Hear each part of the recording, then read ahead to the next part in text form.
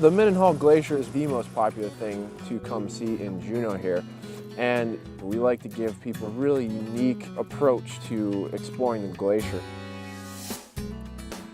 To my mind, the most entertaining thing we do up here is ice climbing.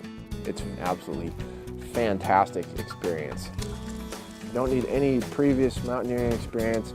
It's really friendly for everyone. All right, so you guys remember the footwork we were talking about, right? Like I said before, that is kind of the heart and soul of ice climbing. You get good feet, this will be key. Glacier ice is actually a really friendly medium to learn how to ice climb on. It's very forgiving for folks who are just learning their crampon and ice tool technique. It was great, and also it wasn't that scary, it was just exciting.